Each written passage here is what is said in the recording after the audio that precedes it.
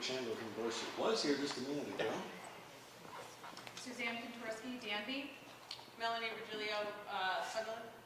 Ben Freeman, Mangrove. Alden Mayo, Dorset.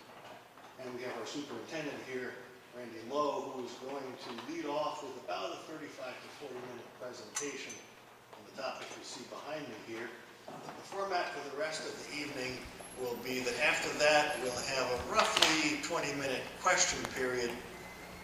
We would prefer to have questions that you folks need to ask so that you get enough information so that in the final part of the evening, which is about an hour, and 8, you can give us your ideas about what makes sense for the future of the schools in the district, be it consolidation, be it reorganization, be it new buildings. So again, Randy's going to lead off, then we'll have questions, and then we'll be asking for comments. Thank you. Do you need the mic? Those of you in the back? Yeah. Okay. I think so. Not my favorite thing to do, but hi. My name is Randy Lowe, and I'm the superintendent here at the VRSU. I have contemplated whether I should tell you about my white glove because it's kind of weird. I had a little accident with my wood stove last night, so it is being covered and protected and hopefully going to heal okay. So I don't usually walk around. Yeah, you might have been thinking I was gonna, like, what? There's some Michael Jackson song. Was there a specific song where he wears my glove? I'm not dancing or singing for you tonight. What is it? Oh, they all do? Okay, I don't even know. Okay, so thanks for coming out tonight. This is our, I guess, 5th meeting on the topic of school reconfigurations for the Taconic and Green Regional School District. So I've got a presentation I'm going to go through with you. This process is informative to let community members know sort of what's going on with the Taconic and Green schools and the situation we find ourselves facing right now. And as Chair Ogden said, you know, we want to share information with you. The questions are super helpful, and then there'll be a comment period after for you to make comments. Sometimes board members comment. We like to listen and learn and help all of us to have a better understanding about what our current situation is and some of the decisions that we are facing as a community. So what we're going to do is talk about the schools. There'll be, just details, some general information about the schools. Why are we talking about the idea of the future of our schools, school reconfiguration, middle school, new school renovation, you'll hear all of it. Concerns about what's happening right now that's leading us to this point.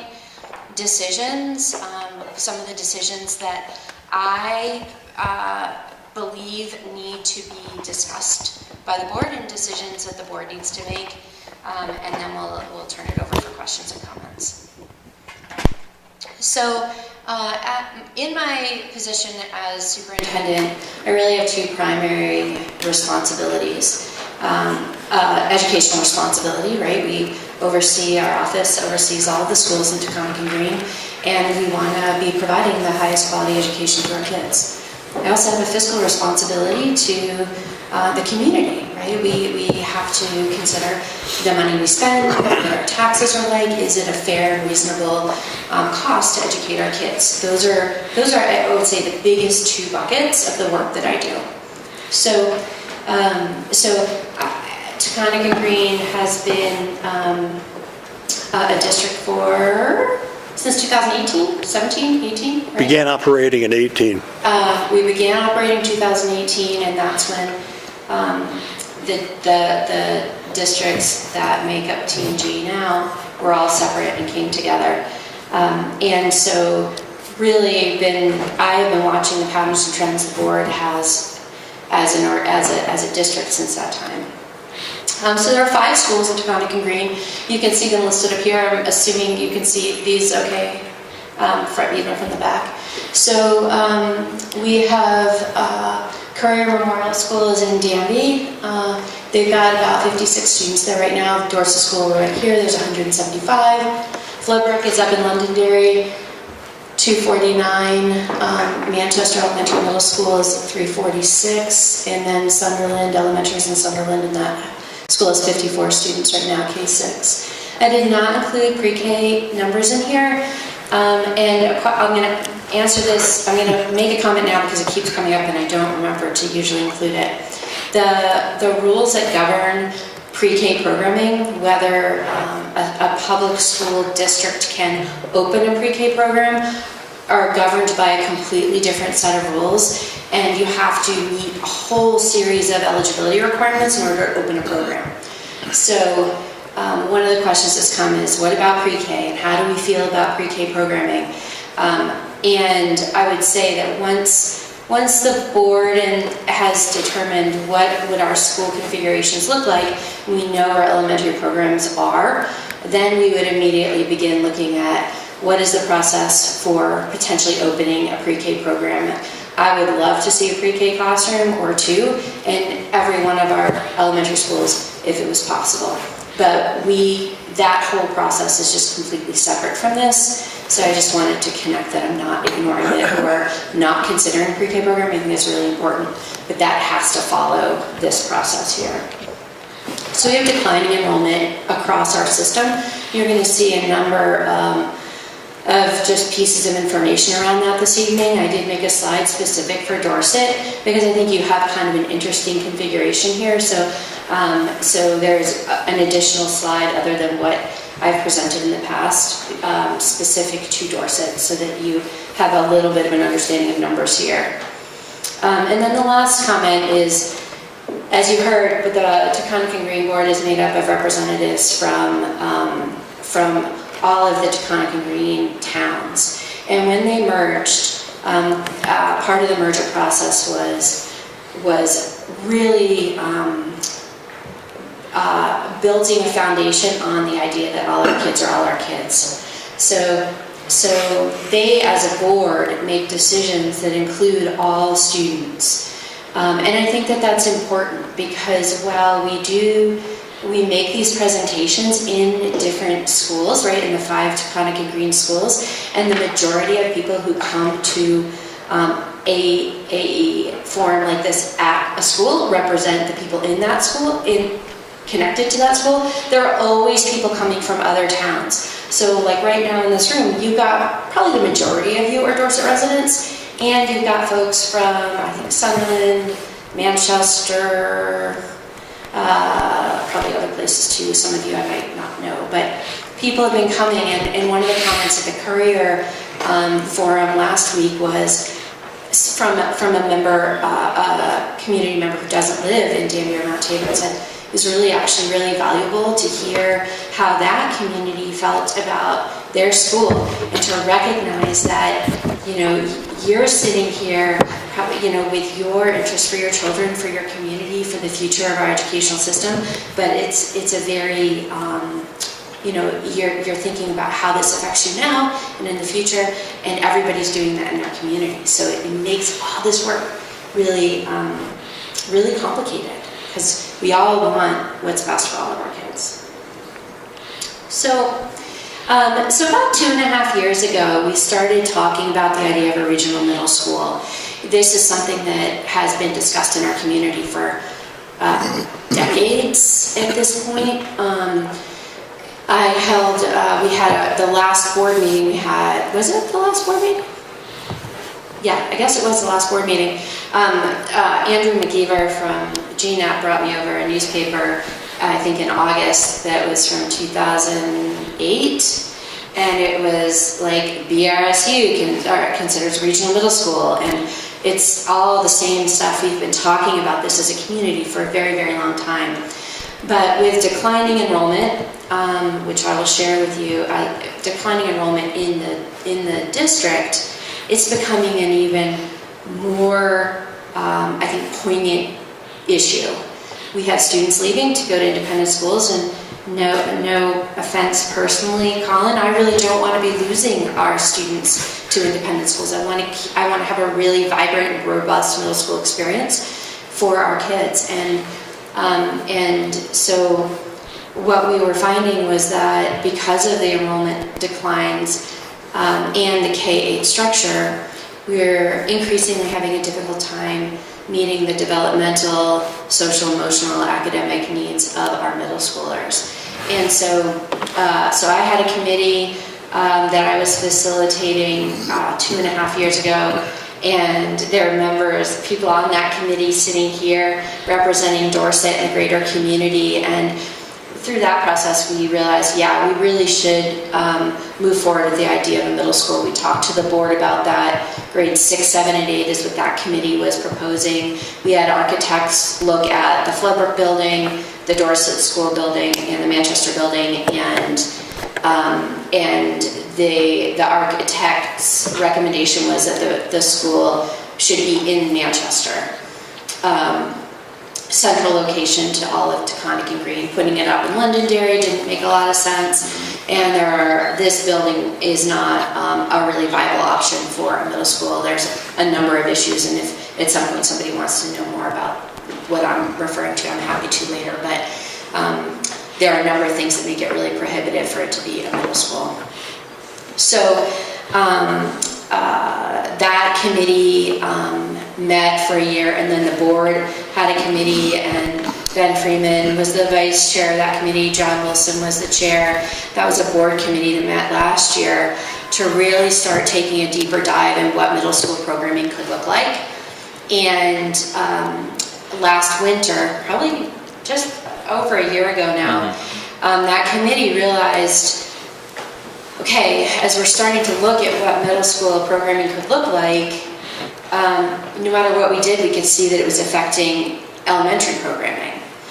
And so the board committee went to the board and said, we really feel like we should do a facility review of all of our buildings. We don't want to get too far down this line and find out that there's some challenge or some problem with some of our schools that we had planned on using, and they might not have a long life expectancy left. Then we've done all this work, and it's not responsible.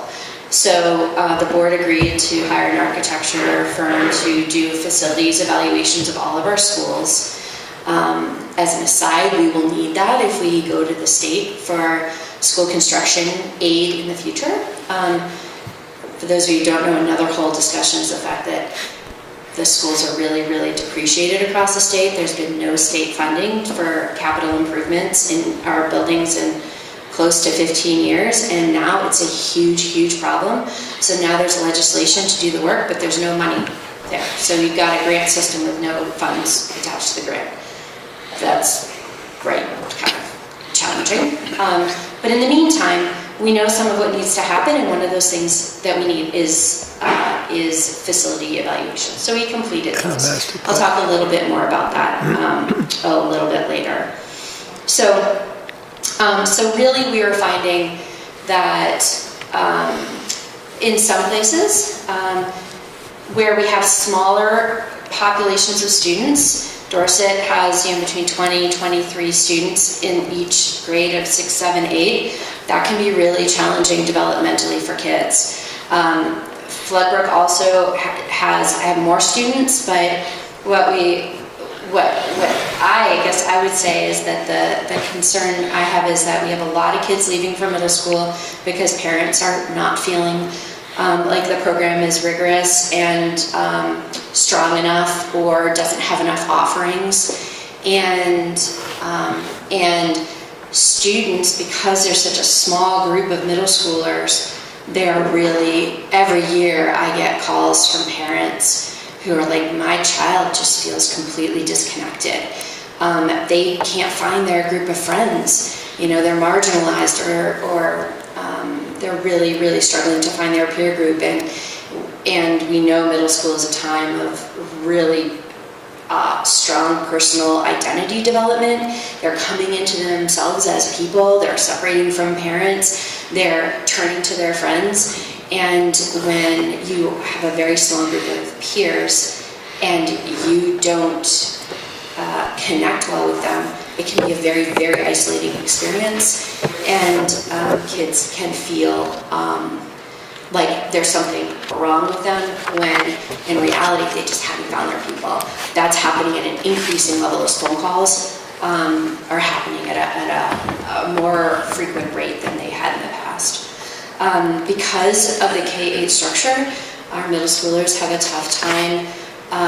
We can't provide them with elective models that can really fuel their interests because we don't have, the system's not designed for them. So if we want to offer STEM opportunities, computer technology, internships in local businesses for hands-on experiences, you know, the list goes on and on, right? Art opportunities, music, you know, all of our options are limited given the space. So all of that is what drove the discussion. Clearly, I could go on and on about some of the challenges we're facing in middle school. So as we did the work on the buildings, then we came back to, you know, elementary, declining enrollment. Every single year at budget season, we were facing more and more challenges. So when we have two schools that have about 50 students in them and the numbers are declining, we've got increasing numbers of multi-age classrooms. Multi-age classrooms are great for so many reasons. I taught a 1-2 combination, first and second grade, for a while, and I loved it. It was probably my favorite time of teaching. And it was back in the 1900s. I know, I don't look old enough to have been teaching in the 1900s. I'm just kidding. I know I look old enough to be teaching in the 1900s. But like, there weren't standards the way that there are right now. There wasn't a set of expectations that are as clearly defined as they are now.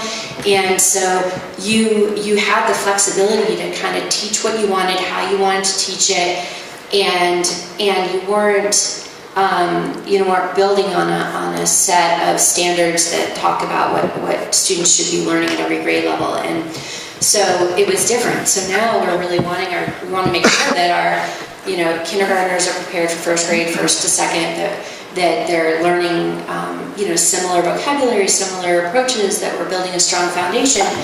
And when you've got students who are in combination classes, it's very, very difficult for teachers to teach content with fidelity. So what's happening is, at those smaller schools, interventionists, so an interventionist is somebody who provides additional instruction, right? Core instruction happens in the classroom. Everyone gets classroom regular ed instruction. And then some students need some additional instruction so that they can, additional practice, additional direct instruction, so that they can keep up with content. Also, some receive special education services that are more specialized. So there's tiers of support. And so in our smaller schools, interventionists are teaching core instruction. So a teacher isn't teaching first and second grade, somebody else is coming down to teach one of those grade levels. And so then that school is losing out on that tiered system of instruction for the kids who need it. And that is, that goes against everything that we know is best for teaching and learning right now, because the system has been in place for so long and it is so effective at making sure kids have what they need in the classroom and in their educational program. So that's really challenging. Itinerant service providers,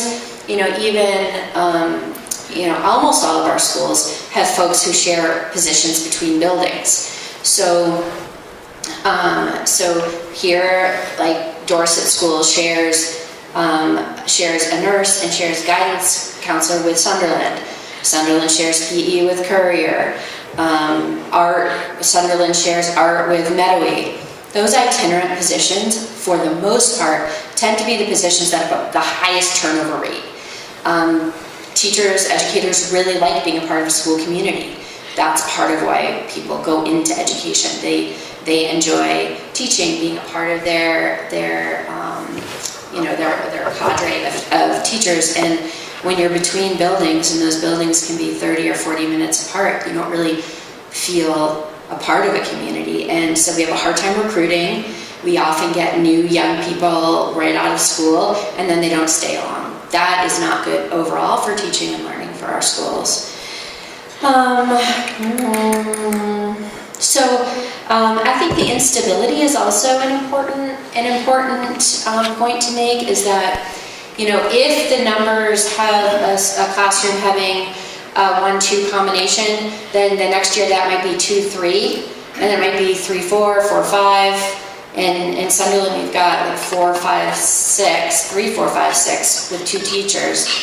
And because it changes, teachers can't become experts in their content, right? If you're going to teach first grade, you really need to know how to teach first grade. That's hugely important for skill development for kids. And if you're teaching it 1 year and then having to teach third grade the next year, that's ultimately really not great for teaching and learning. So the instability of supporting teachers in becoming content experts is another concern of ours. So I talked a lot, so we're going to probably cruise through a lot of these because I've probably talked about it already. The buildings is important. When we got those facilities reviews back, we found the buildings were significantly depreciated. So, which we do. I mean, it's not like that was a surprise. And we do a reasonably good job of upkeep, which I've learned from my colleagues in other districts across the state, that that's not necessarily the case. But there's a lot of work to be done. So we find ourselves in this place of how much are we going to invest in buildings that may be beyond their life expectancy? How are we responsible to you as a community about investing money in renovating, addressing, you know, infrastructure or safety needs if the building would be closing? So Sunderland was the most depreciated. That's like 75% depreciated, which by any measure you look at is an indicator that it has exceeded its life expectancy. Dorset was the second most depreciated building. And so some of that means that the pipes, the HVAC system, you know, we know there's issues like the size of, there's something with the well size here. We know that we're going to need to invest a lot in these buildings, and which buildings should we be investing in, and where should we be looking at doing some renovations or additions. So all of the information from those reviews are online. We've addressed some of the concerns that were brought to us through the review. Some of the items that are in there we are in there as recommendations, but are not requirements. So we're looking at whether something needs to be done now, or whether we can look down the future, look into the future. As we make the determination about work to be done, we will be posting that also on the website. So I encourage you to keep going. We're still working through that, but we will be updating it over the next, I would say probably fairly between now and the end of 2024.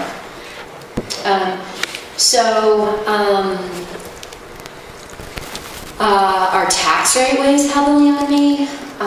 All of us sitting here, I believe all of us sitting here, you know, we are all seeing increases in our taxes. Our districts do a good job. I feel like the board does a good job with putting a budget in front of you that is fair and reasonable. Our increases in spending have been significantly lower than across the rest of the state, but because the way the funding system works, we're paying to support everybody's spending across the state. So even if we're at 1.7 or 3.4%, if the state average is 11%, that's what we all end up paying. That's a frustrating system because right? We think we're trying to be responsible. We all take the tax rate within our district very, very seriously, and some of it's out of our control. But as we think about the budget as a whole, I'm constantly thinking, where can we be more fiscally responsible? So, all right, let me see if there's anything here I have not talked about. So,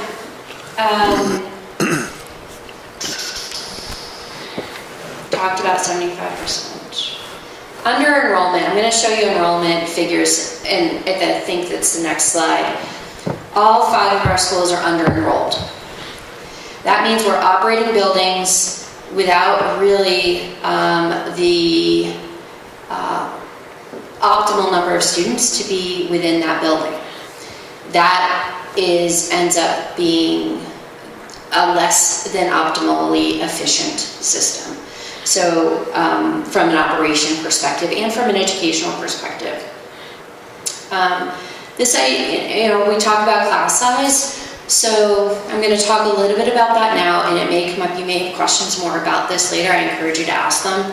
But Taconic and Green's enrollment, ideal class sizes are from kindergarten through 3rd grade, 15 to 18 students, and from grades 4 to 8, 18 to 24 students. We want there to be enough students in a class so that kids can thrive as a school community, as a classroom community. And because our enrollment patterns are fluctuating so much, we have grade levels in some places that are really small. And that over time is really not great for children's development. If you're only with 4, 5, 6, 8, 10 students for, 7, 8, 9 years, that really, really impacts the social and emotional development of our kids. So, I'm going to mention this about transportation. This really came up a lot at the beginning when we had the board meeting in Sunderland, where a lot of Sunderland residents came. There was a lot of concern expressed about transportation. And so I left that meeting and went and, looked at our routes at high level, talked to our transportation director, and if we end up closing schools, if we end up readjusting what we do, we will be looking at optimizing transportation routes. And there's some kids right now have to be on 2 or 3 buses as they're going from point A to point B. There's no concern, especially that younger kids would be on multiple buses like that. We would actually, if we reconfigure things, be able to have more operational efficiency with our transportation system. So I don't have details for you right now because I don't know where things are going to land, but he was really confident that we could be more efficient than we are right now. So this is a chart that shows you a graph that shows enrollment from 2010. So 2010 is on the right side, and it goes to 2023. You can see enrollment. This is Taconic and Green enrollment, and current enrollment this year is at 832. So that final, I guess it was your left, 2010. 2023 is the farthest point, 855 in 2023, and now we're at 855 in 2023, and now we're at 832. So when you look at this, you can see what's happened with enrollment and why we are under enrolled in all of our schools. We had a demographic study completed, I guess 2 years ago, I think, right? 2 years ago? And that showed that there's no trend that indicates enrollment will increase. When you look at the age of the residents of Taconic and Green, there's not a lot of people who are of childbearing age, and those numbers are not predicted to be increasing. So the study gave us information to say there's no evidence at all that we're going to be, that this trend is going to be changing. So we're still operating 5 schools. We're trying to right size with staff, but that's challenging because we are at the point where we could be reducing positions, but the impact on education for kids is too big of an ask at this point. We've gone as far as we can with our current configuration. So what else can we do to provide the best education and be fiscally responsible? Randy, and that's where we are right now. The Yeah. number on the far left, you didn't say, and with my eyes, I can barely see it, so I don't know if everybody Okay, can. so in 2010, enrollment was at 1,019. In 2011, that high point was 1,031 students, and now we're at 832. Okay, and last word. Thank you. So just to give you some details specific to Dorset, you can give me feedback about whether I should do something like this for, it probably has some relevance in Floodbrook too, but the school right now has one class per grade for grades K to 8. I didn't put this in here, but there's 175 students at the school. 129 of those students are Dorset residents, and 46 of them are not Dorset residents. I said T&G, there are actually 2 that are also not T&G residents. So it's 44 that are Taconic and Green, and then 2 that aren't. So 46 don't live in Dorset. That's relevant. That's relevant because Dorset resident enrollment has been declining. And the reason that the numbers are as healthy and stable as they are here right now is because of interdistrict choice.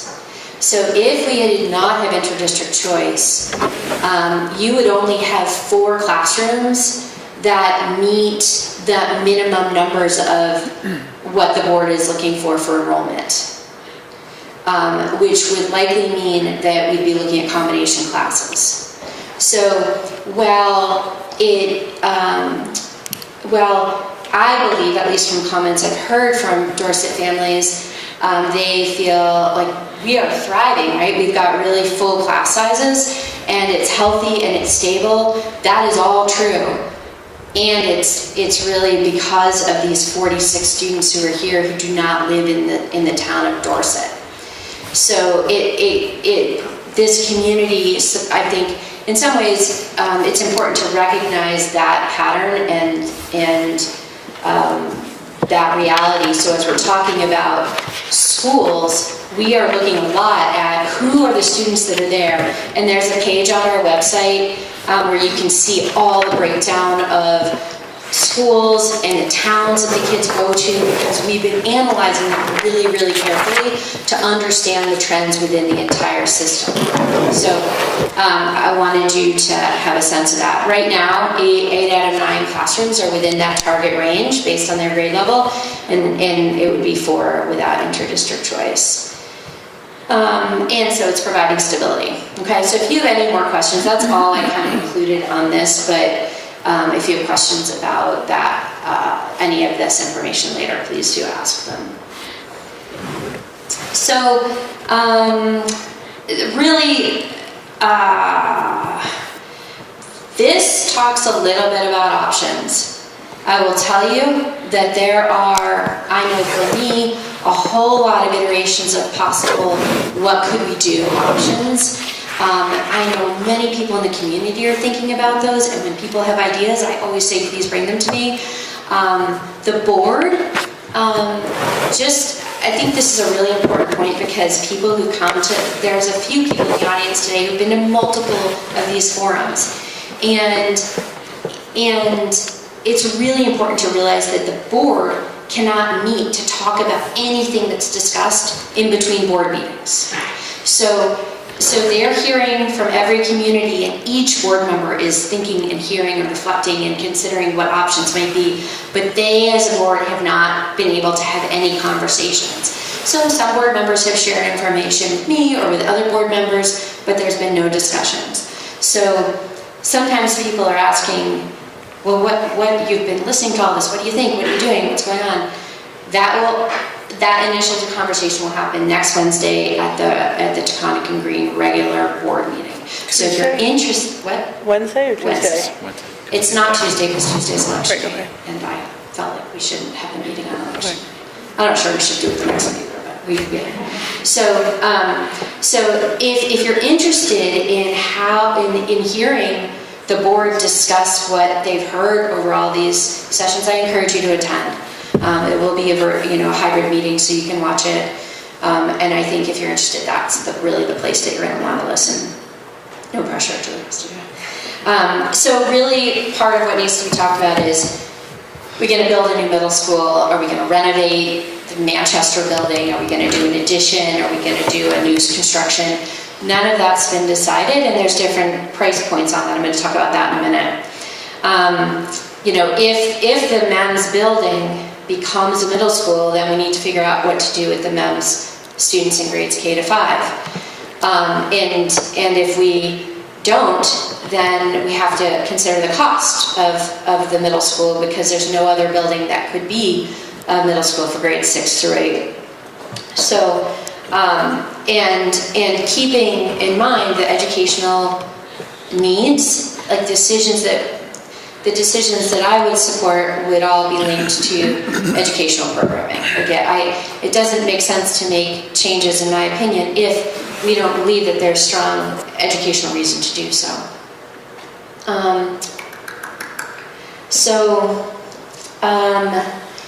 In running numbers, I've said this a few times, I'm saying it more frankly these days, but no matter how we move kids around with the buildings we've got, no matter what we do, we still don't have enough kids, because any movement doesn't result in more kids. So I have tried to do everything anybody has suggested to me, and I wake up at 3 in the morning and write down a note, and I start running numbers the next morning. If you have thoughts, well, share them with me.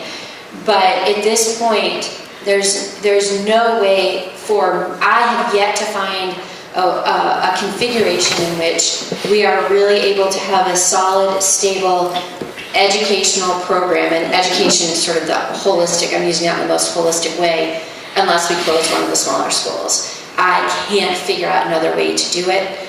I don't like any of these conversations. I care tremendously about our community, but this is the reality that I am seeing in all the work I've done over the last couple of years.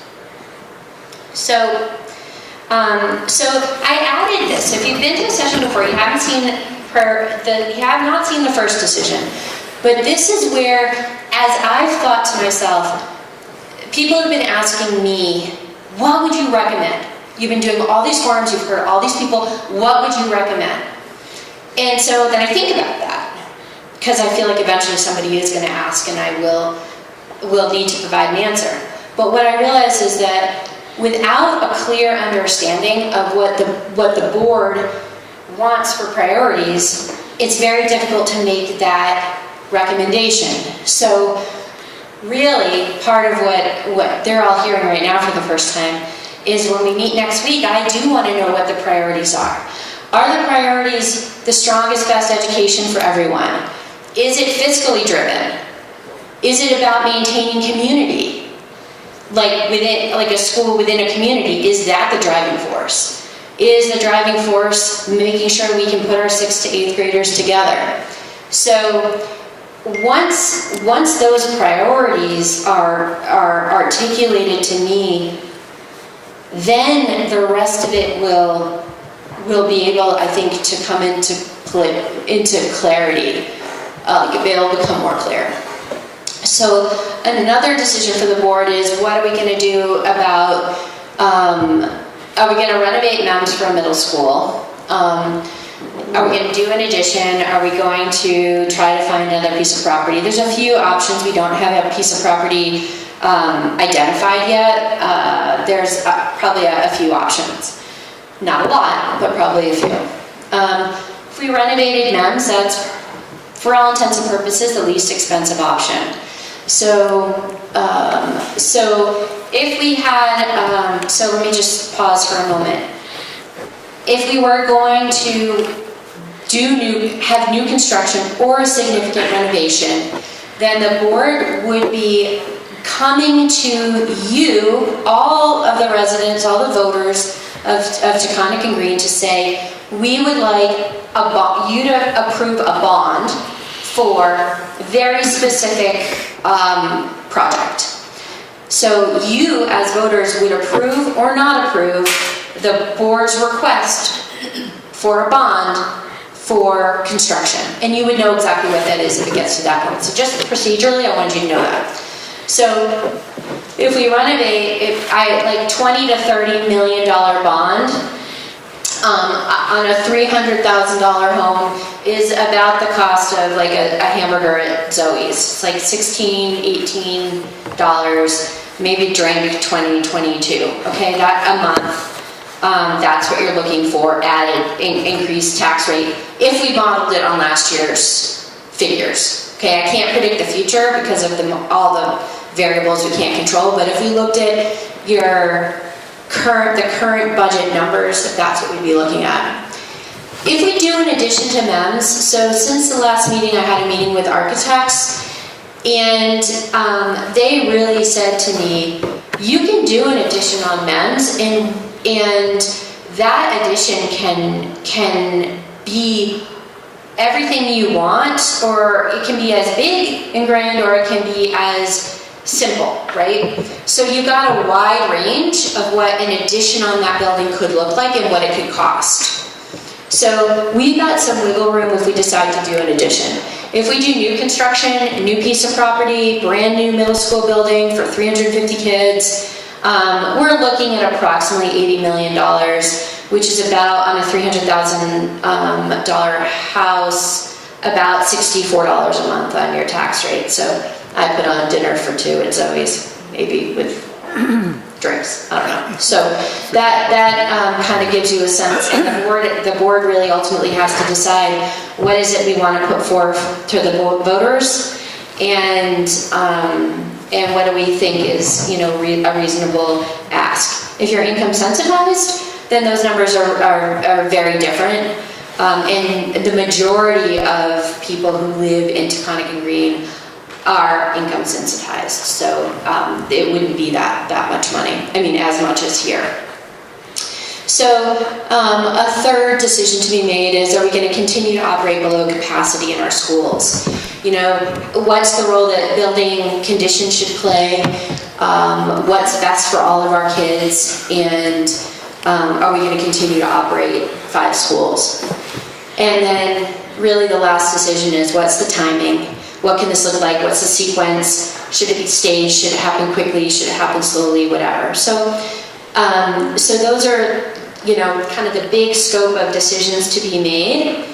And I anticipate after all of this, the board will begin talking more about it. So that's the end essentially of my comments. And this QR code is also on the Future of Our Schools webpage. So you can capture the QR code if you want. It is for comments, questions. It's just a couple. I think it's like, is it just one? No, one question. It's just one question. Yeah, really, it's the opportunity for you to just make comments for the board. So what we found is that some people aren't super comfortable speaking in a forum like this for a number of reasons. So we wanted to make sure that people have the opportunity to share their thoughts or ideas. So the survey is anonymous. There's a place for you to put your name if you choose to. And what we're seeing is some people are and some people aren't. But you can, at any point, like sometimes people have left these forums and then I'll see comments come in and, in the next couple of days. Please, please, please don't hesitate to, to submit comments. I don't actually know how long it's going to be open. But we'll let you know if it's going to close. At this point, we don't even have a closure date. So you can grab it here. I'll leave it out even till the end. And so I just wanted you to know that's another option. So I will turn it over to you, Herb, for facility questions. And that mic is live too. But Okay. it doesn't go anywhere. You can't move it. So, particularly any questions that you need answered before you can even give us any advice about what we ought to be doing. If you can speak up, I think probably folks can hear you. If you're not sure, please speak up to the microphone. Yes, ma'am. Hi, my children attend Manchester Elementary, and you talked about class sizes within the district a lot. My experience in 4 years of having children in multi-grades at Manchester is that our class sizes are above 20 per kid in per class. So I want to know if we reconfigure the elementary schools, if MEMS were to close and the kids were redistributed, it's twofold. Will the class sizes that I'm experiencing as a Manchester parent, will they get smaller? And then will there be more classes per grade in these schools? Because if you're moving all these elementary school kids out, what will that look like for class sizes? How many, like for example, when we spoke about Dorset, it's one class per grade. How will the elementary school kids be reconfigured in this instance? So 15 to 18 students in K to 3, and there is no classroom in the entire Taconic and Green that is bigger than that. I can pull up all the enrollment numbers, and then 4 through 8 goes up to 24, and there's no classroom that's at 24. So I'm happy to talk to you about what it is, but I monitor our enrollment numbers every single month, and we're not there. So any changes that would be made in the future would continue to follow those unless the board decided to change them for some reason. But so if there were 30 kids, we'd have 2 teachers, right? If it was elementary. Depending on how things got configured, ideally in my world, we'd be looking at something that provided the most stability. That's what's best for our kids. So I don't want multi-age classrooms if you don't have to do that. So we've got, if we close schools, we would be moving people. There's definitely movement if we're closing a school. We would not be looking to overcrowd any building. Every single configuration we're looking at has room to grow, has some flex, so nothing's going to be maxed out. Yeah, we would all be designed to be working within those boundaries, those parameters. Regarding class size and staff to student ratio, one thing that we're looking at is that probably when the legislature convenes in January, there's going to be at least one bill that would require schools to have a certain ratio and not fall below it. We can't predict what would happen with a bill like that, but if it passes, then what are currently just our own internal guidelines might become state law, and we would not be able to offer a really small class with 1 teacher. Yes, ma'am. Piggyback off of that, with this model that's in place now that we just talked about, is that going to change with a middle school, with the idea of the bigger middle school? Or is the idea that these guys are going to stay? Are you asking about our current guidelines for how I'm many? just saying that, like, as part of the vote, if we decide to do the joint middle school, is the model for the class sizes going to stay the same? I think unless the legislature changes it, I think the answer is yes. Yeah, I mean, everything we're modeling is built on 18 to 24, the same numbers. Okay, so you think to keep that? Correct. Given what we've got right now, there's nothing that indicates that would change. Nobody's directed us to need to do anything, and the board hasn't indicated anything different. Yes, ma'am. So following on the question here, I also am a MEMS parent, and so there are 2 classes per grade. When you're looking at potential redistribution, is the goal to have only 1 class per grade and distribute it that way, or will we still have the opportunity for our children to have 2 classes where they can shuffle, and 1 year things aren't working out, they can switch up the peers that they're with? Yeah, so At the elementary level. that is one of the things we know is really best for kids. So the idea is, as we're looking at reconfiguring, is to build the most stability. And multiple grades, multiple classrooms at 1 grade level is good for kids and it's good for teaching. So for sure, if we can, from my perspective, the more we can do that, the better that is for both teaching and learning.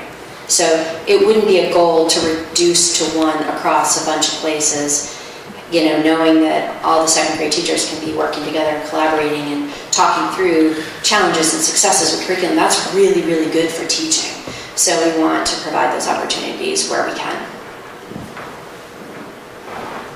Next question. And oh, by the way, folks have been identifying themselves, and it would probably help the board if we knew where you're from before you speak. Go ahead, sir. Adam Walt, parent of a Dorset school child and future two additional. The enrollment data that you presented, twofold. What was the reasoning behind that large drop from, it looked like, 2017 to 2020? And then you mentioned the data you were looking at didn't show a dramatic increase in enrollment in the near future, but have you taken into consideration if those numbers went up back to those 2015, 2016 numbers, how that would impact the current student ratio per classes and kind of the other factors into the equation? Part of the answer to the first question is that when the pandemic hit, the enrollment also went down. I'll give it to Randy for the second one, though. I don't know what happened to kind of precipitated that drop per se. I wasn't superintendent then, and I'm not aware of any kind of organizational exploration of that, so I don't know. And the demographic study is pretty clear about the fact that they don't expect it to increase. We do have the capacity, as I said, within the buildings. So even if we were to close one, there would be space in the other buildings for kids. So I don't see any mechanism by which we would not have enough room, even if we closed one of the small buildings. You're welcome. Next question. Yes, ma'am. Rosalie Fox in Dorset. I'm wondering, Randy, what the impact that Maple Street and Long Trail School have on enrollment, and what you might see in the future that might be a draw to bring some of those students back into our school system. Yeah, excellent question. Yeah, so we have a few students whose families choose to go to Maple Street School in the elementary grades, but not very many. That's not a significant impact. We definitely lose students 6, 7, 8 to Long Trail, and so as we're thinking about middle school programming, we really want to have a 21st century school. That there's one of the things that people have asked about is the idea of space. Actually, Lee was really he talks about that a lot. Why does space matter? And there's a lot of research that we've learned in the last 50 years about the fact that learning in space, the place in which you learn, really can enhance or adversely impact your learning. And so the way that middle schoolers learn are very collaborative, very hands-on. So we want to be able to create spaces that don't look like double-loaded corridors where you've got classrooms and not community spaces with a lot of freedom and flexibility. Classes that are, in addition to core academics, we really want a middle school experience that, as I said earlier, I will expand a little bit more, like they have electives that are more personalized and interesting and capitalize on the strengths and interests and passions of our kids. We don't provide right now the elective type of experiences that really are intriguing and inspiring and build on the strengths and talents of our middle schoolers. And that is primarily because you're looking at a K-8 model of unified arts, of electives, that what elementary students need and the type of programming they need is really different than what is best for middle schoolers. So you're constantly at odds of a master schedule designed for elementary kids impacting what's possible for middle school kids. And so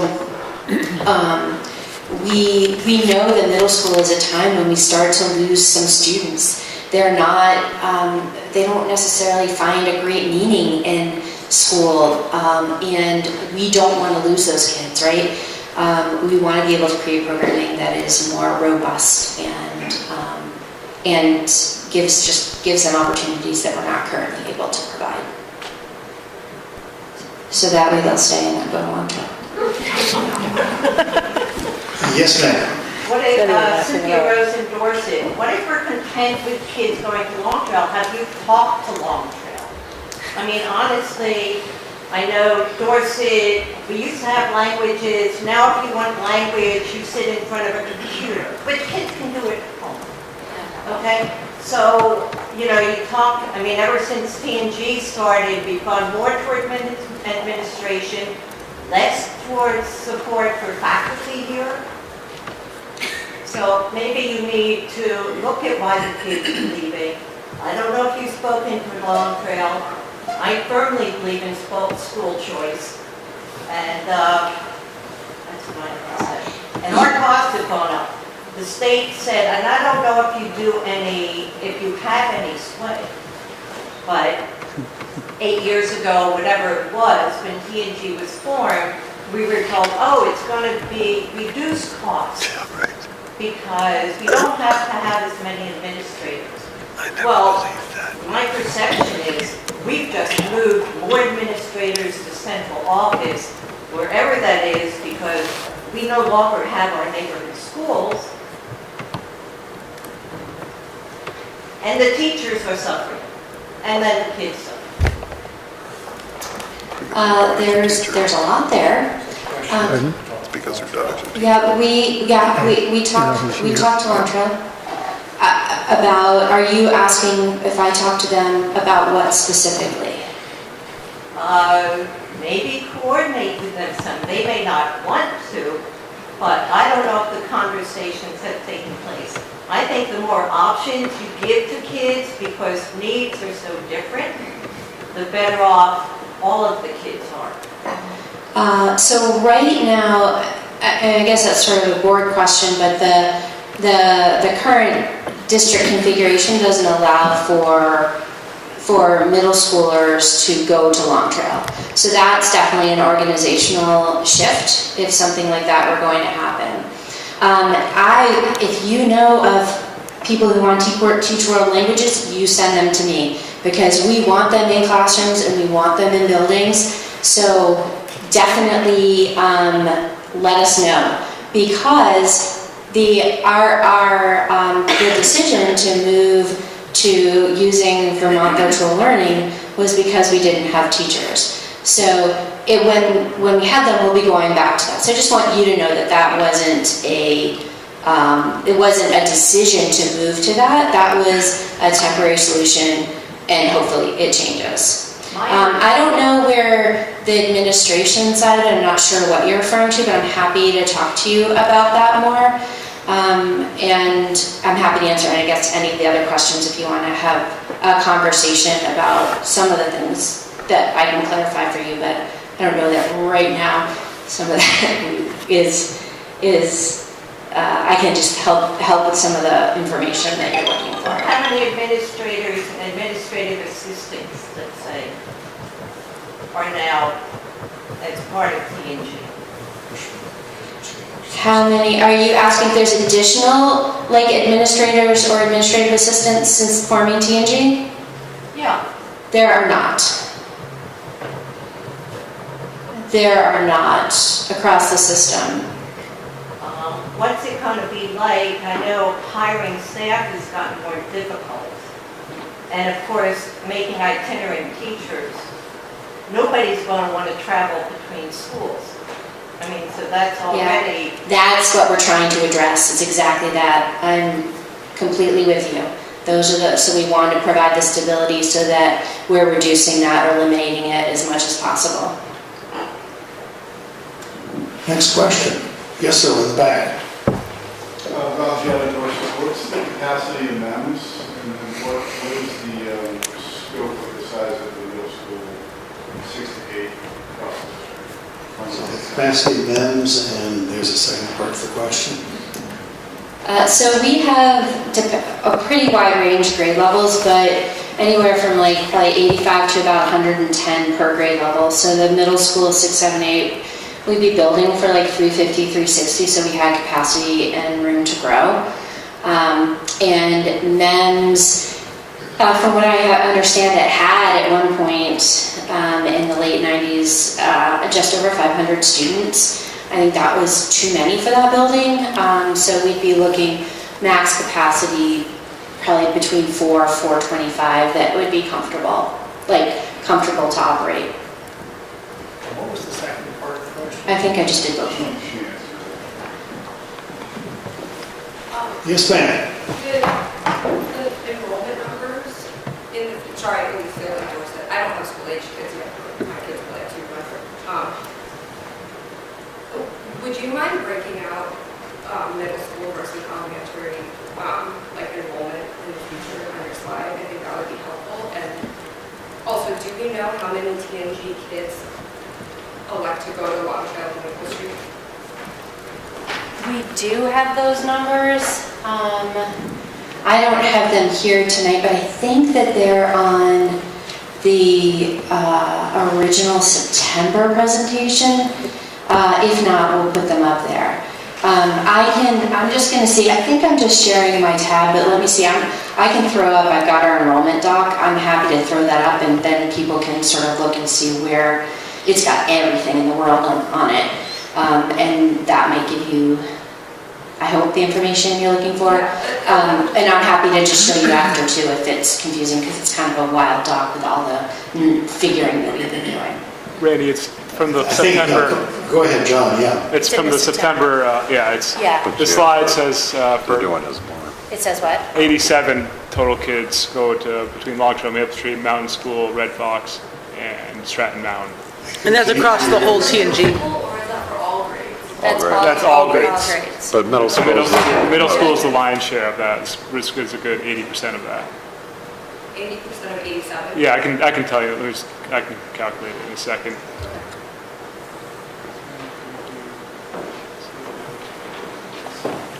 Yeah, it's about 75. Out of how many, what's our full enrollment, John? 75 Middle of how many? school? No, no, Our no. full so we have 75 going to, from 6th, 7th, 8th grade, going to Long Trail, Maple Street, and there's a couple going to SMS. And then our total enrollment this year for 6, 7, 8 in between all our schools is 320. Did that answer the question? All right, thanks, Lisa. Next question. Go on.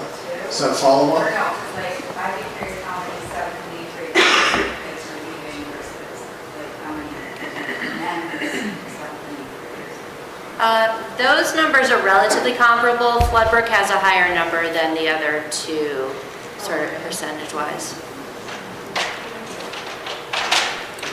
But just to be clear, Randy, those are kids who left our system and not kids who originally enrolled in those systems. Like, so if a family moved here and enrolled right away to Long Trail, would we be aware if they'd be eligible to be in a TNG school? Yes, because when we ask what the town of residence is of students at this, not whether they've left. So we contact the school directly and ask. Okay, but for example, Maple Street says 0 all the way down through kindergarten through 5th grade, but I know there are Manchester families who have a number who I don't enroll know, them directly. I can check with Celeste, but, because she's the one that collects it. But yes, maybe it is, that could be people who did leave, but let me look. So yeah, it might be higher because you think about is this transfers as opposed to the number of kids eligible to attend. That's the number that I... Yeah, and that's an important number for us to know, and so we should get some. We'll get clarity Yeah, on we that. can get that, we'll stick it on the website. Thank you. Next question. Yes, ma'am. I have a question. As a men's parent, I'm concerned about the possibility of men's being close to becoming middle school. As a parent of a middle schooler, that excites me that my child would have more options. As a also parent of an elementary school student, my question is, and it's really actually with all of the schools, depending on whichever one was closer, there was a small one or whether it was men's, that redistribution of teachers, personnel, and students amongst the district, because they're still going to be here in the district, is there at this time, and we're talking about future possible scenarios, that redistribution of where will our kids end up? If and then it's going to become a regional middle school, where would my children go within the district? Would they go to Dorset? Would they go to Courier? If you did that, would you keep Courier? And I know these are all, but where would our kids and our teachers go? Because it's part of our community, our teachers.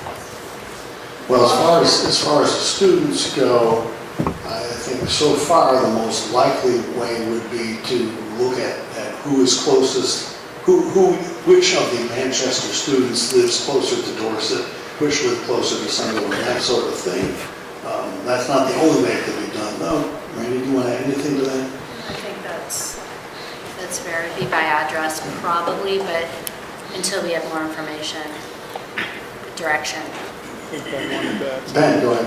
And I think just to add to that, there's one of the decisions that we have to make is about timeline of things and where we look out. And so any decision that we were to make in the short term is probably going to be a short-term decision, meaning that, when we looked at the condition of all of our facilities, they're all in need of significant improvements.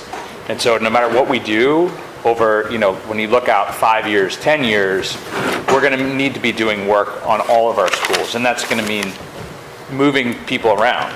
And so part of what we need to figure out in this process is how do we go about that is the least impactful negatively to students and staff and community, and gets us to where ideally we want to go as quickly as we can. So we don't have any answers to that yet, but those are definitely what you're bringing up are real important considerations.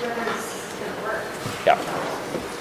Before I call on Rob, is anybody haven't called on yet who wants to ask a question? Yes, ma'am. Hi, my name is Kelsey from Dorset. I live in Dorset.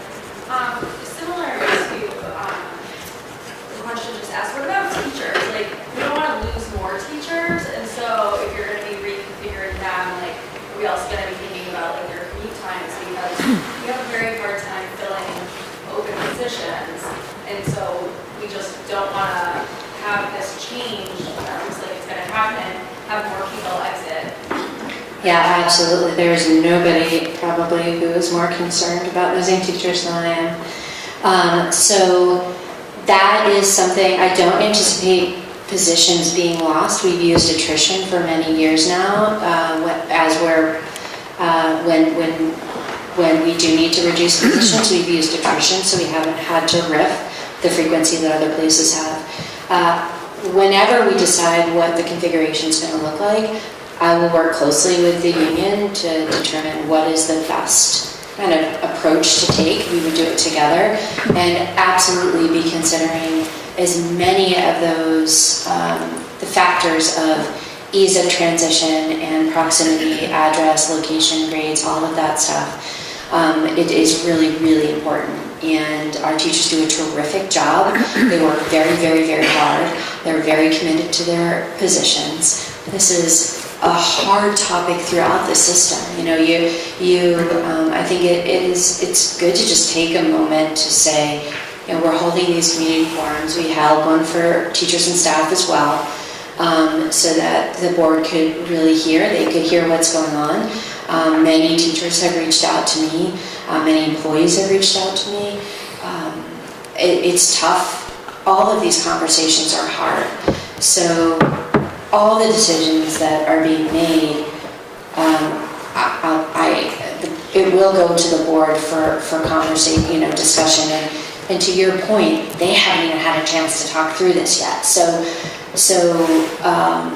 all of there's a million questions, and they're going to want to be thinking through that. I for sure am considering heavily how do we get through this in the best way possible for everyone. That's the goal. There will be significant consideration by me, by the work I do with the union, by the board, and I will say, just on a very, very personal note, this is hard, and for me to be having these conversations with the board and to be holding these forums as a member of this community with my own children, it's a lot. And I found myself one night being like, are you being like too cold and detached, right? Like me, am I feeling? And so I want to say to you that, I'll say this because it's on TV for all of you people who've been at sessions, if it has come across at all that I am cold and detached about this process, I'm going to just be really honest. I can't really allow all the feelings to come in right now because this is hard. These are your babies. These are your job. These are your colleagues. These are your friends. They're ours too. And so if in any part of this process it feels like I don't care, I can assure you that I care probably more than I wish I did. So please know that. And as I've said before, this is big, it's heavy, it's hard. There are no easy answers. And I encourage you to reach out at any point with ideas and suggestions, and know that we're going to, I think, the board will consider everything people say. So it's a lot. It's definitely a lot for all of us. Let's broaden it now to include comments as well as questions. Is there anybody who has either that I haven't called on? Yes, ma'am. Hi, I'm Kathy White, I'm from Sunderland.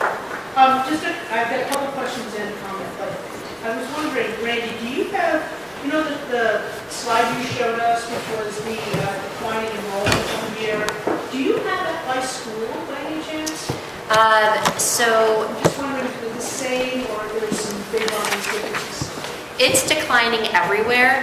Right. There's no school that is, I'm sorry, I'm trying to get this back up here. There's no school that has stable enrollment. We can run it, but what I can't do, and this is what we were trying to do even for tonight, I was wanting to bring for you a graph that showed just Dorset resident enrollment. That is what we can't pull. So what you get is inaccurate information to talk about what's going on with any one community because there's so much crossover. Sorry, it's this thing.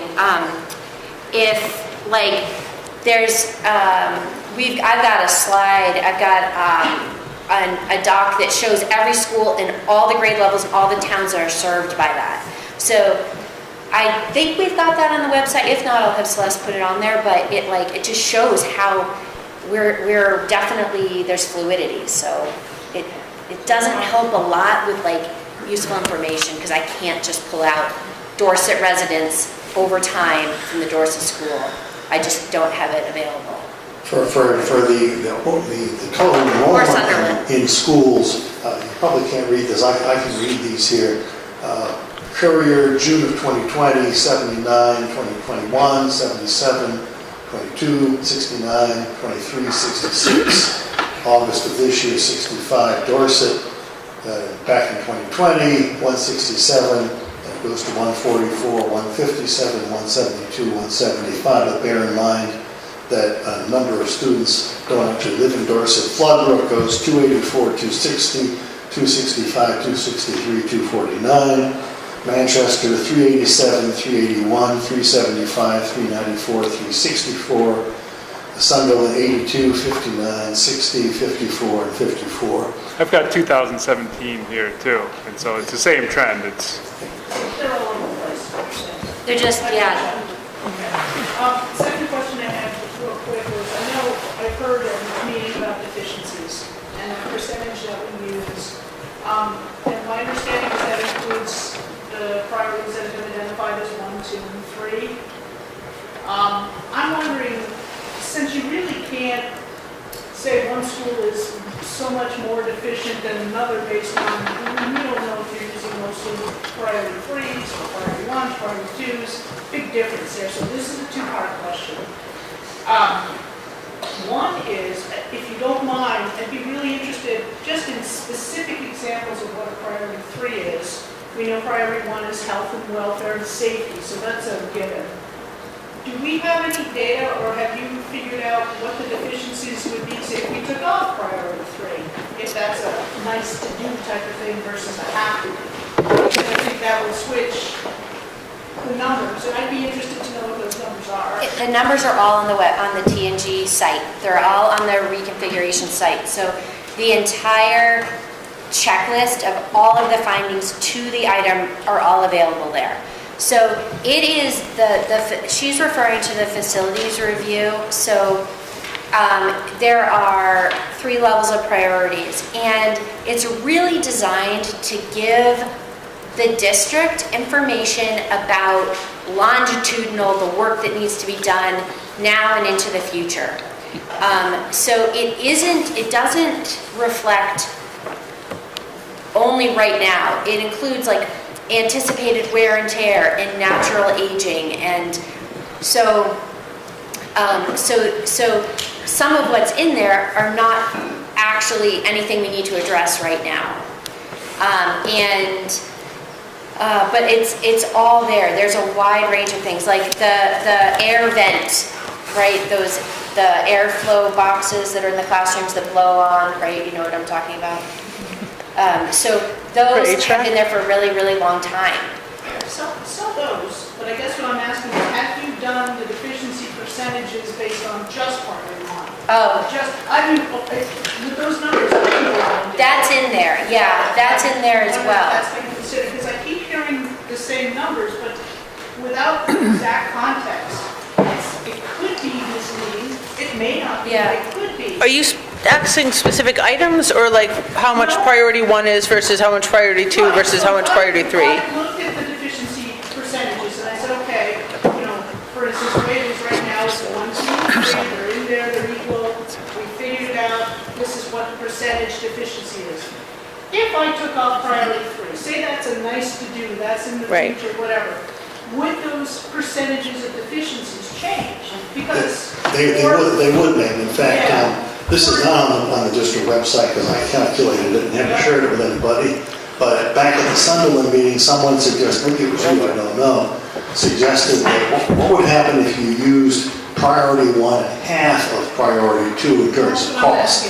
And actually, the answer to that is that then the FCI, basically the depreciation index would be 16% for Courier, 17 for Dorset, 13 for Floodbrook, 7 for Manchester, and 27 for Sunderland. Okay, so that gives us a better idea of the must-do. Thank you. Ben? The issue with that, and I was in the committee and met with the architects about this multiple times, but the issue with that is that the priority 1 are things that need to be fixed now. So if you do that and you invest, say, $1.5 million to fix priority 1, then the net priority 2 are things that you should address within the next 3 to 5 years. If you do that work, then you've sunk $5 million in. And then the priority 3 is another $5 million. But by that point, you've already sunk $5 million into an $8 million tear on a rebuild. So that's why you have to look at the not only priority 1 and priority 2, but also priority 3, because your timeline on fixing all those things versus tearing down and starting over or renovating from scratch is you may end up saving a lot more money by doing it the other way around. So there's some complexity to The it. reason I brought it up is because we're saying, our buildings are, beyond whatever, 50, 60, 70% deficient, so that's it. That's the reason why we should stay away from fixing that building. But if you take away you're nowhere near that, even at the highest on Route 27 from what you just figured out, you're nowhere near those percentages. So that's kind of what I was asking. Right. That's enough of that. I just have one more quick point. Ma'am, I think maybe it would be good to let somebody else ask a question. I'll come back to you, okay? I think, Rob Giada, you had a question quite a while ago. Did you look at any options for the renovation of LEMS to potentially retain the K-5? Is that not an option? So there's not enough space to renovate the current building at MEMS and make it have a 6-8 middle school area and K-5. If you did that, that would go in the addition component, like the addition, and you could add an addition on and make that work. But you haven't looked at addition options? We have. Yeah, and that's part of what the board will have to decide. And the addition has, I think, the most flexibility. When I met with the architects last week, they said, you know, Randy, we modeled out like the pie in the sky, great, everything you want, but you can scale that back. We can keep scaling until we reach what meets the community's needs at a price point that you feel like the community will support and keep the MEMS K to 5. So for sure, that's one of the options on the table. Just to follow, do you know like the short-term capital needs of the other buildings? Yes. Is there a number there? So you can compare. Yes. So that's what was just being referenced. So the report is on the website, and if you want me to send something to you directly, just let me know. Or Celeste, yeah. Celeste is the administrative assistant, by the way. Everybody knows that. Yes, ma'am. My name is Molly, and I'm in Manchester. I wrote something up before we came. Some of it has been addressed a little bit by Randy. Firstly, noting that I think we can all agree that nobody wants to close the school, especially Randy, as she mentioned, and especially no parent that lives in those communities. Second, I think we need to focus on the problem that we're trying to fix, which Randy also mentioned in her point 1 of the decision slide, and try to find the least disruptive solution. Is the problem low enrollment, or is it a subpar middle school experience, or maybe both? If the problem is low enrollment, then closing the elementary school portion of MEMS and distributing those kids to different schools, and then moving all the middle school students to MEMS does not fix that problem. All that does is shuffle the same number of kids around among the same number of buildings. It makes the most sense logistically to close the smallest school. In terms of the middle school, I'm not convinced that creating a dedicated middle school will help solve this problem. An integral part of the state-of-the-art middle school is staff. And who's to say if we build it, they will come?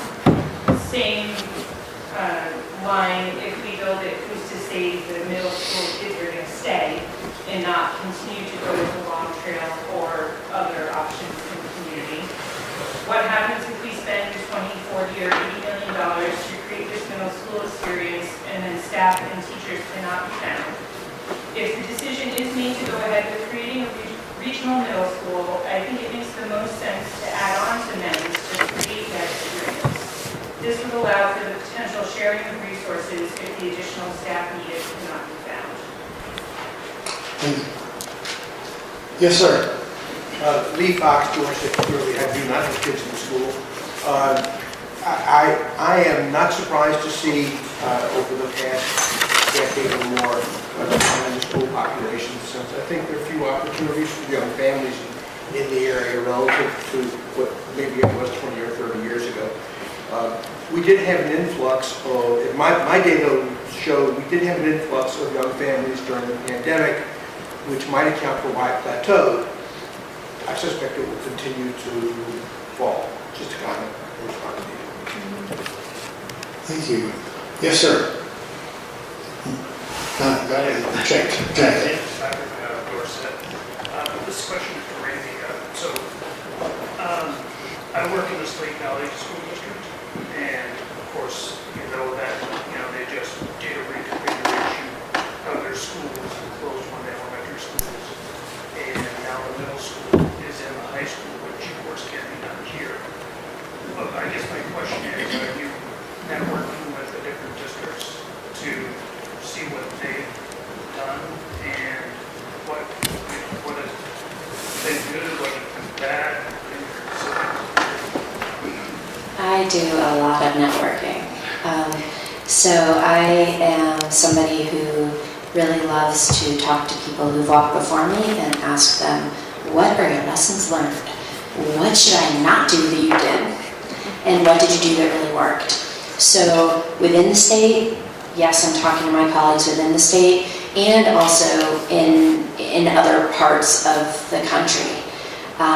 So it gives me a range of perspectives because I think that the more perspectives and experiences I can have, the more that will help shape the best thinking for our community.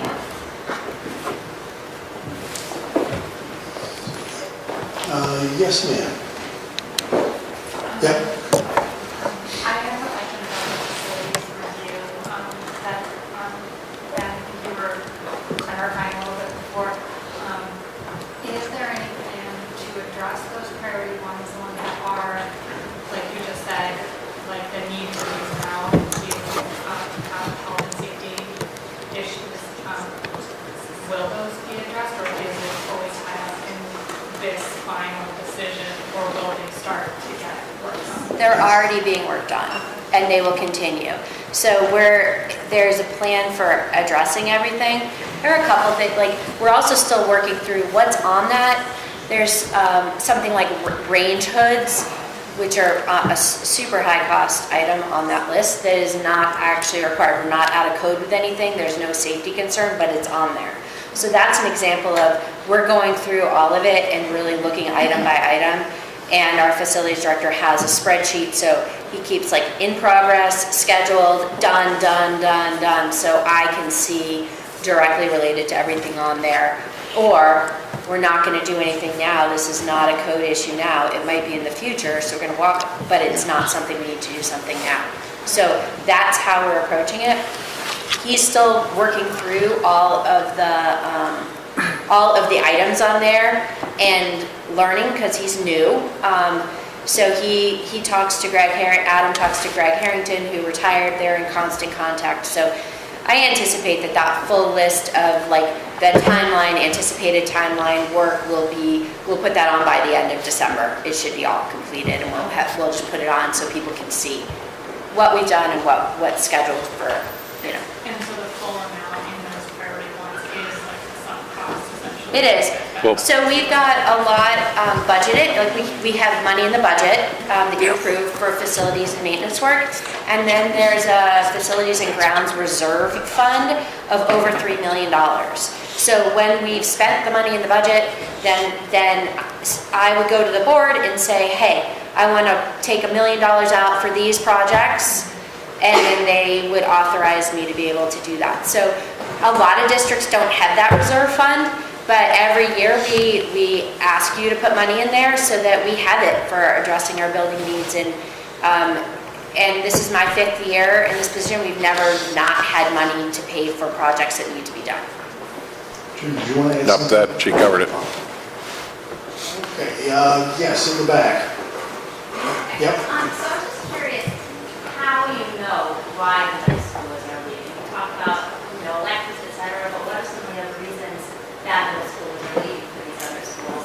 Are you doing exit interviews? Are these just assumptions? How is it that you are gathering this data on why kids are leaving? Yeah, so we hear from families. We do ask people, and academic rigor is the one that's most referenced. People they like the fact that, most of our students go to Long Trail. They like the fact that they are like 7-12, so it kind of pushes up that academic and elective offerings that are more of a high school model. So that's the biggest one. For some kids, it's about those relationships. But I also see increasing numbers of middle schoolers using inter-district choice within the district for that. But those are the primary reasons. Every once in a while, there's there are specific reasons for that's not sort of transferable, but that's really what it is. Opportunities for a more diverse set of elective opportunities and a more rigorous academic program. Yes, ma'am. In terms of academic rigor, do we have any feedback from the VA in terms of students being prepared for it? Yeah. So we've talked to BBA as the middle school project started, When we were asking stakeholders, we had a ton of input from community members, from parents, from teachers and staff. We talked to BBA, we talked to Long Trail before Colin was there, and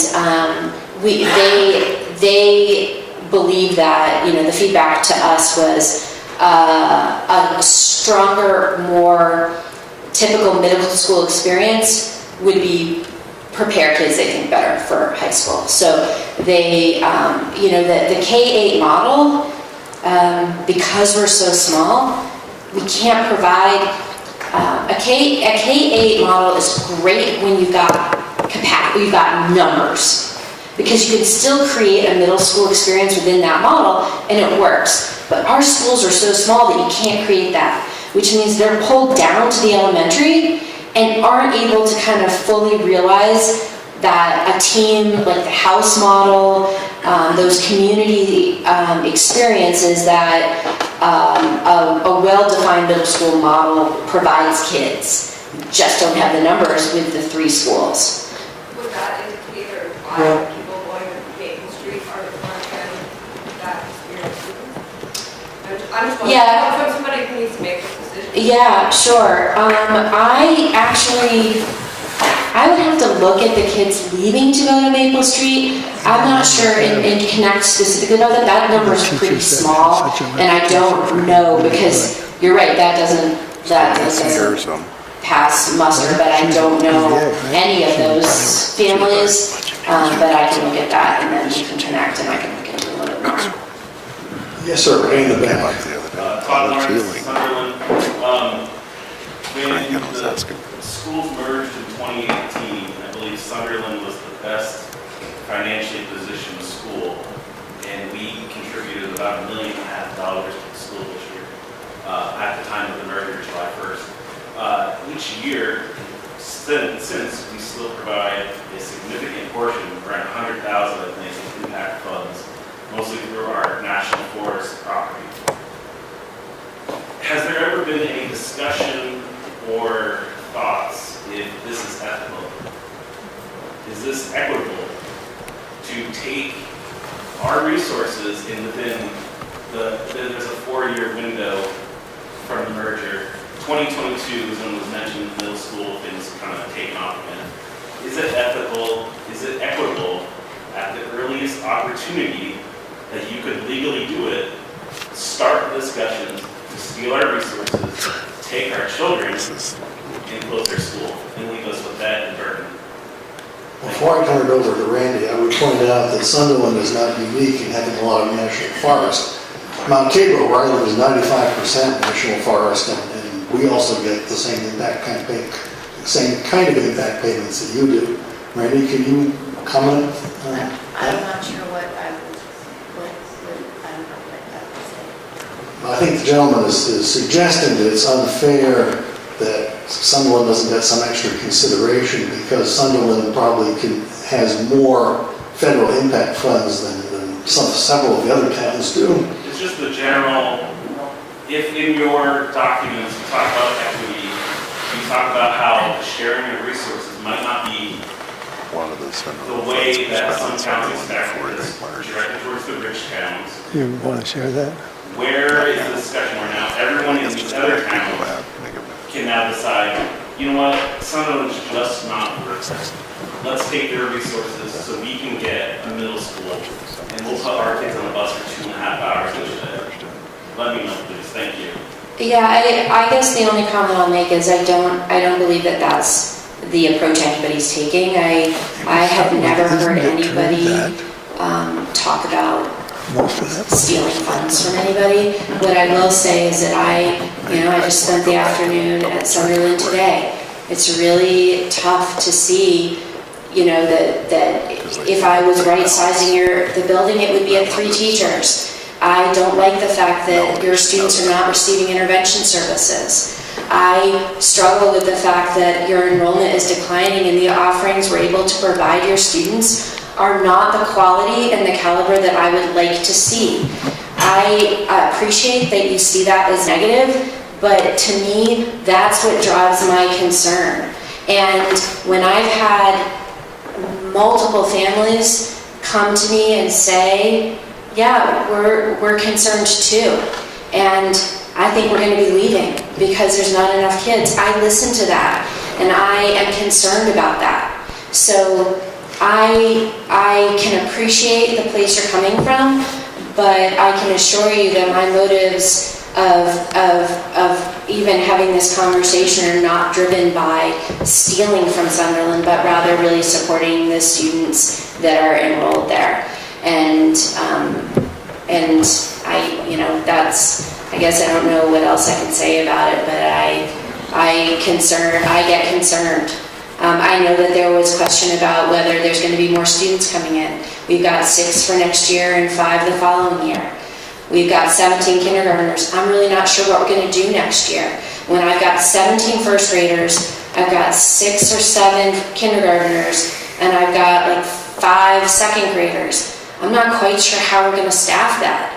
And I've said that before, like, do I put the kindergartners with the second graders? Do I split the kindergartners between a K1 and a 1-2 and a 1-2? I'm not really sure, but none of those feel like really educationally driven decisions that feel good for kids. So it's tough all the way around, but we get a lot of money from a lot of our communities from a variety of sources as well. So that's it. Just following up on the phrase educationally driven decisions, I have a question for you folks that I think Randy alluded to back in her presentation. To what extent, if any, is it the job of a school board to try to preserve a community? This has come up, of course, particularly with regard to Sunderland and then Danby and Mount Tabor, where I live. The reaction to the idea of closing the schools, but it will hurt our community. As an elected school board, which is different from an elected select board, how much attention should we be paying to the effect on the community? And I think the couple questions, yes. Can I just make a statement? I just want to respond to the Sunderland just a bit, just because I was here when we merged for Sunderland. I don't remember what year you came to Sunderland, but I don't think you were there when we went through the merger. Is that right? Yeah. Todd? Yeah. So the entire town, went to vote.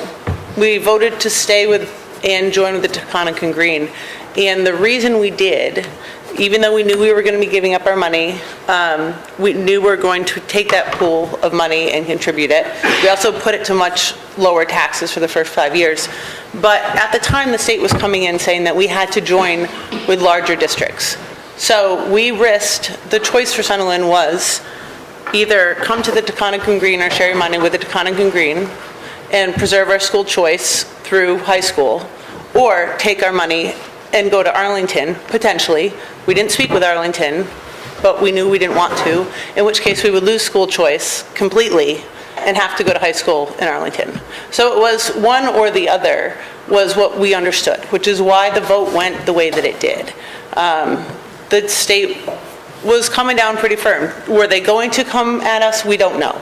But I do know now that Arlington is part of Bennington, right? So a lot of things have shifted. So it's not that, I just want to remind you the narrative of us being taken here and then our money being taken isn't the whole story. There's also that part of we voted to stay with this district to preserve our high school choice.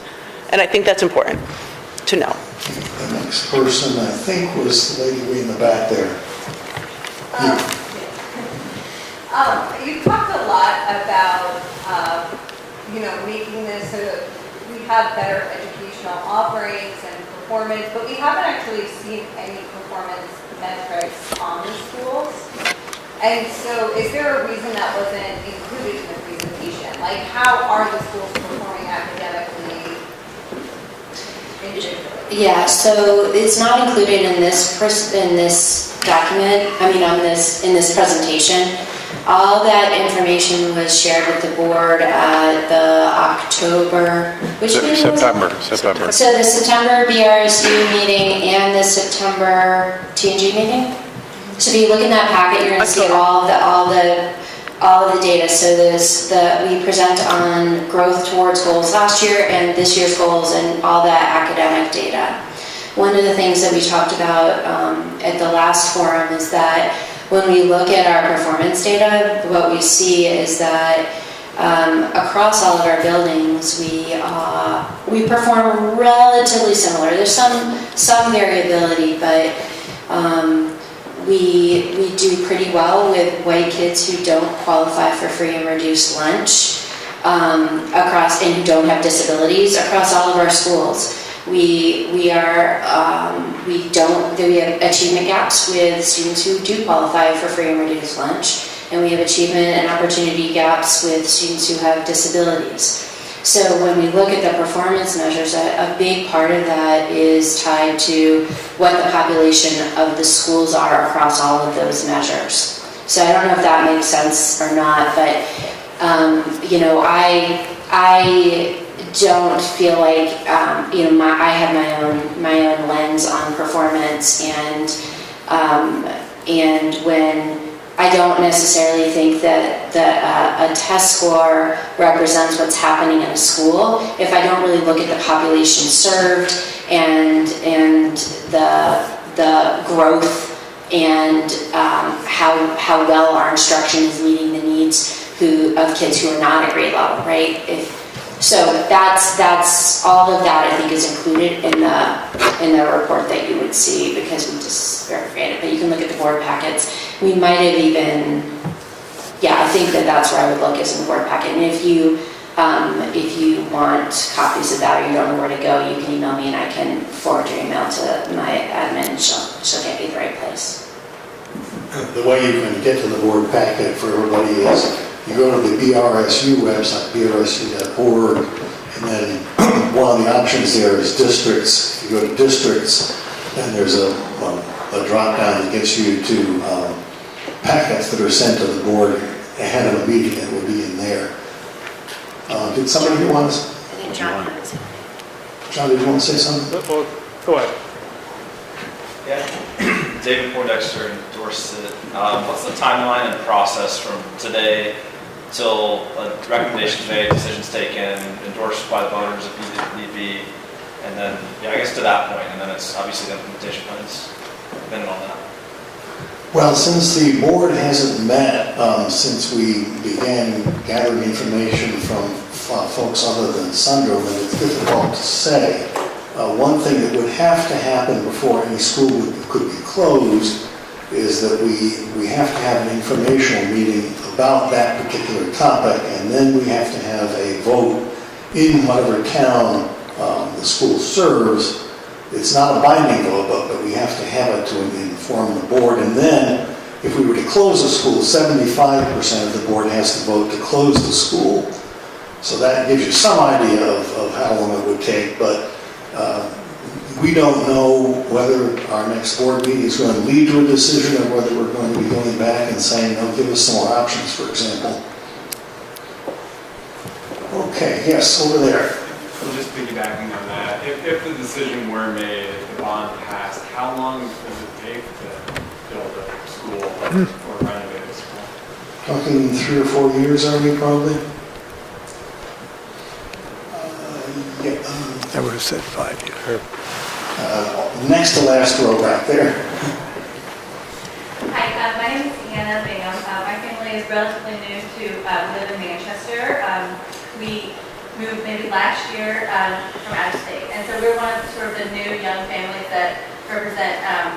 I think someone was asking, like, the new families that came in during COVID or after COVID, where are they going? And so I guess I just wanted to this is a comment. It's not particularly a question, but I started my children at MEMS, and then after touring many of the schools in the area, including Maple Street, Red Fox, not Long Trail because they weren't middle school age yet, they ended up at Red Fox after leaving MEMS after a short period of time. We just weren't really happy with what we were getting there. But all this to say is that I do think it would be probably helpful to get some information from families like mine who did start in the district and left, not necessarily families that just recently moved, but just in general, the people that are leaving the district to go to these alternative options.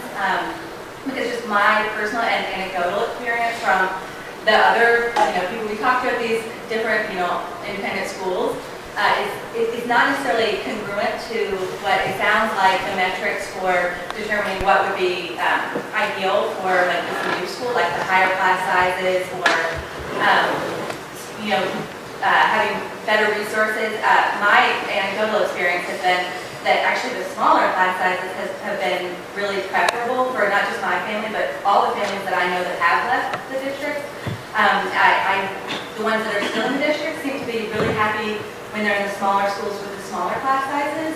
And so I guess I'm just curious if you would consider adding in some questionnaires with families that have left the district. If the enrollment piece is really an issue, like how can you retain? I don't know that like bigger is necessarily better, and I guess that's just would be my suggestion. Can you help us out a little bit with the class size question? Yes. Small class size might mean X number of students per teacher, or it might mean X number of students in grade 3, let's say. Which are you talking about? Well, actually, maybe, I don't know, well, I guess I'm specifically saying number of students per teacher. So in MEMS, my third grader was in there with 20-something children. I don't know exactly the number, but when she left and went to the independent school, she only has 5 children in the class. And that could be based on the numbers that you were presenting, like, that would sound like she was getting a much less ideal experience, but actually our experience is that she gets so much more attention from the teacher. Maybe they don't have all the resource officers or the counselors or the things in-house, but I guess I just would suggest that whatever kind of data that you're using that says ideal class size is this, I just know personally that from my family and families that I know at both Red Fox and Maple Street, the alternatives for the elementary level, the small class sizes at the alternative schools seem to be the biggest driver for the families. Like, we want more intimate environments for our kids where they're getting more attention from the teachers, not necessarily they need more students. That's just been my personal experience, but I do think that maybe it would be nice to challenge like the data points of like what the ideal class size is. Is that really true for a rural town like Vermont, right? I mean, a small town in rural Vermont, versus are we just using data from like a big city and what the ideal class size might be there in a large district where there's, I just wonder if it's actually appropriate for here. I guess that's all. Part of our problem as an elected board is that at the state level, there are officials, fairly important ones, who are beating up the local school boards for having too many teachers per student. Right. But I just heard earlier, I'm sorry, I just heard her say that the student experience would be better if there were more students per classes, and that she was concerned that some of the smaller schools would not have enough peers. And perhaps that is an issue, but I just know that from everyone I've heard that has left the school district, it's not been for the class size issue. John? Yeah, and we have heard class size come up a lot in these discussions. Right. And I wear my teacher hat, I'm an educator. One educational researcher I take a lot of trust in is John Hattie. Look up his name. Educators believe in this guy. And he studies this. He studies all the effects of all interventions and what works and what doesn't. Essentially, in education, everything works, he finds. He has meta-analysis of meta-analyses. Everything in education works. You throw it out the wall, it'll probably stick. It's not the question of what works, it's the question of what works best. He found that the effect size, he calls, so like an effect size of 1 is like the growth of student growth in 1 year. The effect size of reducing student ratio is 0.17. It's a positive effect, all right? But he says anything under 0.4, don't hang your hat on that. So reducing class size, yes, that works. It helps learning. But if that means it's going to come at a cost of something else, it's going to come at a cost of expanding enrichment programs, which he found is like 0.89 effect size, or these other things. We have finite resources. We have to choose what we're going to do. If we put our resources in reducing class size, that means we can't offer these other, drama programs, enrichment programs, art programs. So it's an economic choice of what we do amongst alternatives. And I'm sorry, I get my little soapbox here. I want to return to a point that Molly, we were in 8th grade together, and Rob, your previous comment too. Molly, you said that concern about going in, if we build it, will they come, right?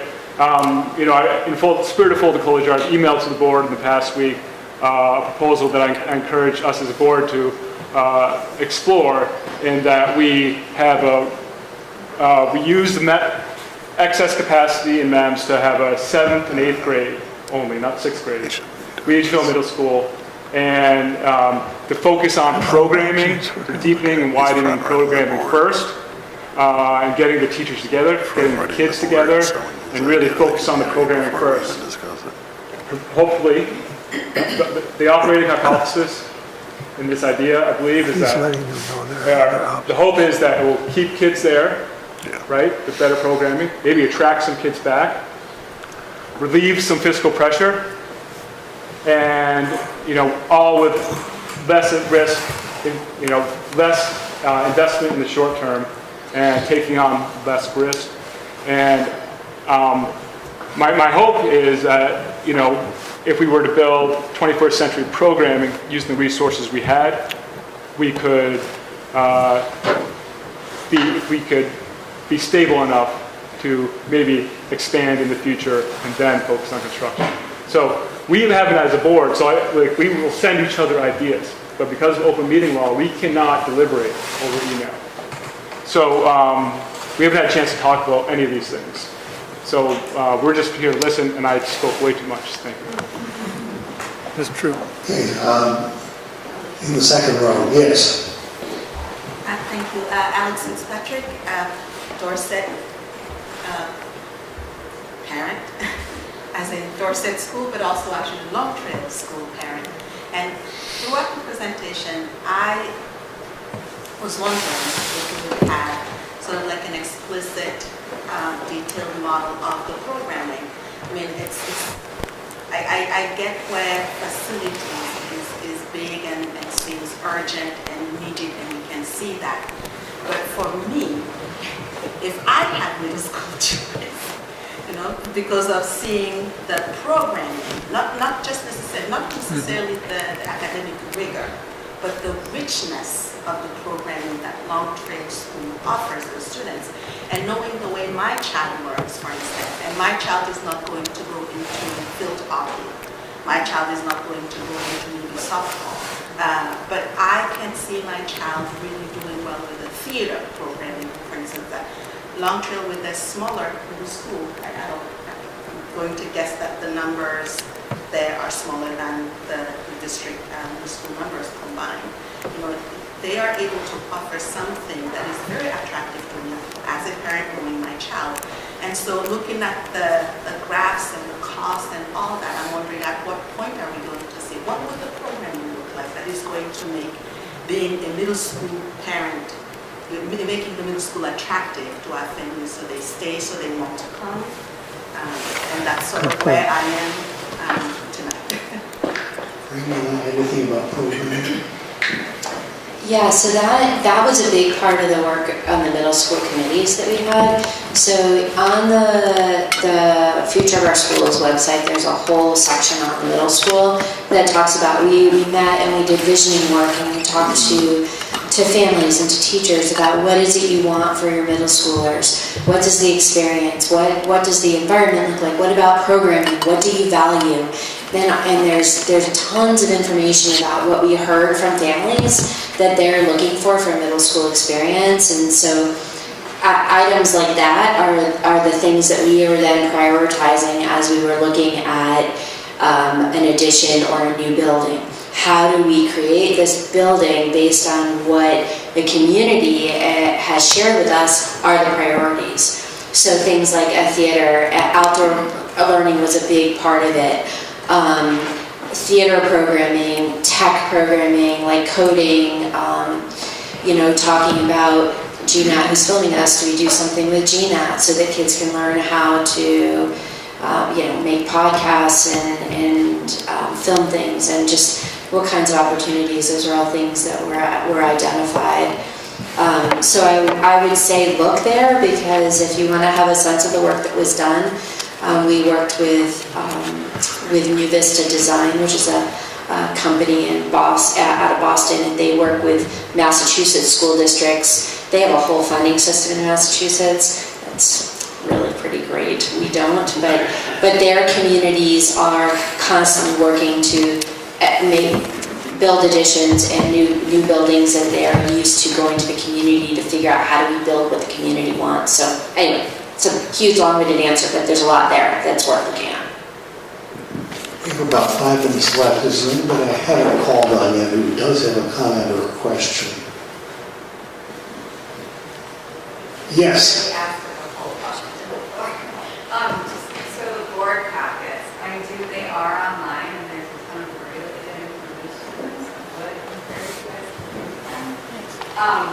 And through that, I actually read that the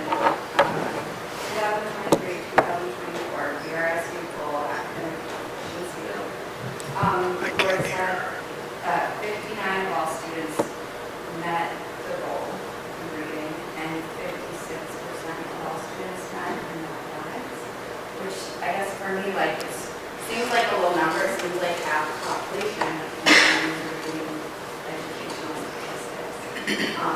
But there's also a section below that about each school and the goals that they've met, and not one school, well, Courier, goal status not met.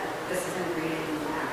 Also, Glenbrook not met, Manchester partially met, Dorset not met, Sunderland not met. These were the goals that were set last year about percent improvements, right?